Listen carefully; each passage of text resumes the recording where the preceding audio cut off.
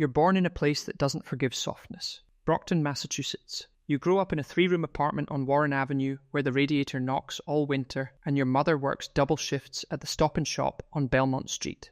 There is no father to speak of. There is a television that gets 4 channels and a mattress you share with your brother until he's 16 and gone. You find the gym at 11, not because someone takes you, because you follow a kid from school who owes you lunch money and he ducks into Petronelli's on Petronelli Way and you follow him inside and you never leave. The guy behind the speed bag is named Darnell Cruz. He is 42 years old, former WBA light heavyweight contender, stopped in the 9th round by Roy Jones Jr. in 1994, and he has been in this gym every morning at 6 a.m. ever since. He does not talk much. He watches your hands for 3 weeks before he says anything. Then one Tuesday he tells you your right hand drops 4 inches every time you throw the jab. He shows you once. You never drop it again. Darnell teaches you that boxing is not about hitting. It's about making the other man miss by exactly as little as possible. A slip of 2 inches wastes the same energy as a slip of 8. Economy. He teaches you to throw the hook off the jab by converting the shoulder rotation, not starting fresh. He teaches you to read the tell in a man's left shoulder before a right cross comes. Every fighter has a tell. Nobody hides it. They just don't know you're looking. You spend 4 years losing.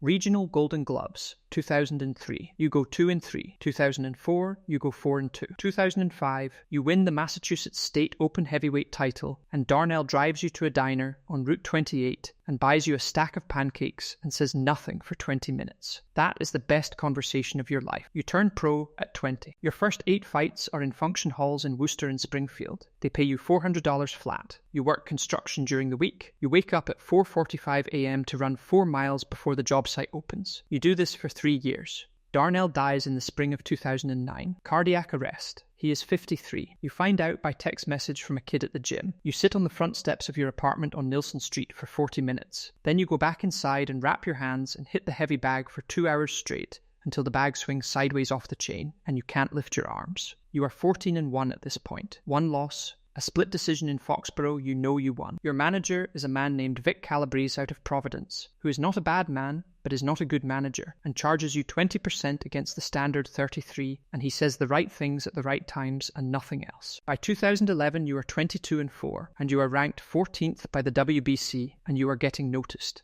Promoters call Vic. There are conversations you are not in. Then one night, Vic drives to your apartment and sits at your kitchen table and says there is an offer to fight a guy named Terrence Boykins for a regional title that could open a world title shot within 18 months. But the purse is only $14,000, and training camp will cost you $9,000. You will clear $5,000 for a fight that could change your life. You say yes. You beat Boykins by unanimous decision in 12 rounds. You knock him down in the 8th with a right hand to the temple that comes off a double jab he's seen 100 times that night and never sees coming. Because you've thrown the double jab 46 times in 8 rounds to make it ordinary, and then you throw it a 47th time in the right. Hand that follows is not ordinary at all. The math of repetition. Darnell taught you that. The next 14 months are the best of your life. A fight in Atlantic City. A fight in Las Vegas. You are ranked 4th in the world. There is a HBO crew that follows you for a day and a half, and the segment runs for 4 minutes and 50 seconds, and your mother records it on a VCR she still owns. Then Vic calls you in January of 2013 and says there is a main event offer at the MGM Grand Garden Arena against a mandatory challenger named Dion Farris, who is 28-0, but whose record was built in regional promotions against men who were paid to be there. You will make $340,000. This is the most money you have ever heard said out loud in relation to yourself.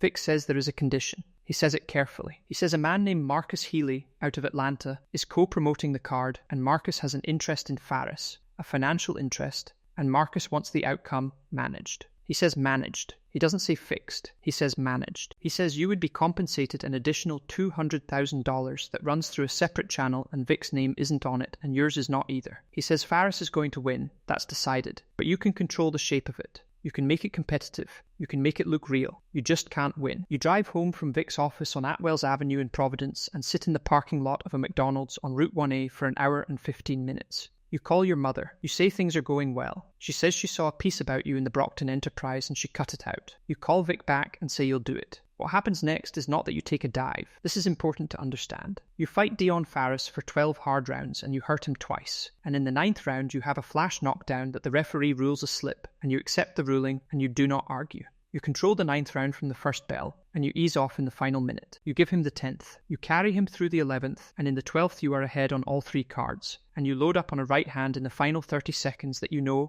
have known for 30 years, will knock a man unconscious, and you pull it by 6 inches, and it lands on his shoulder, and he holds. And the bell rings. The judges give Faris a majority decision. You collect $540,000. After Vic's cut and taxes and camp expenses, you clear $268,000. You pay off your mother's apartment lease. You put $40,000 in a savings account. You buy a used 2010 F-150 for $11,500 in cash. What you do not do is tell anyone. What you do not do is look at the tape. Marcus Healy calls 6 months later. He has another proposition. This time it is not about This time it is about the gloves. He explains it simply. There is a product called a low-profile horsehair insert. It is 12 grams of dense material, narrower than a thumb, seated behind the knuckle pad of a standard 10-ounce glove. The insert is legal in some jurisdictions. It is not legal in Nevada. It is not legal in New York. It is not legal anywhere your next fight is being held. What it does is reduce the surface area of contact on impact and increase the pressure per square inch by a measurable amount, 14 to 17% depending on the test.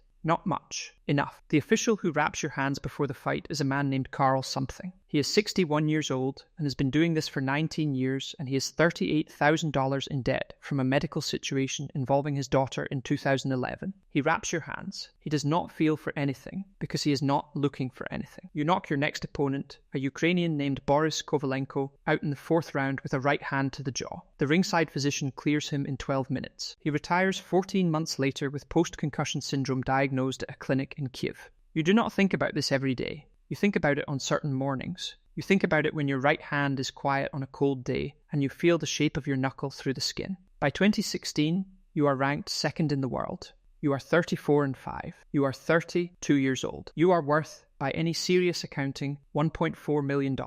You live in a house in Stoughton, 8 miles from where you grew up, and the radiator works. The investigation starts in the spring. It is not about the gloves, not at first. It is about Marcus Healy and money and a different fighter and a different fight. Your name appears in a document filed in the Southern District of New York as an associated party, not a subject. Associated.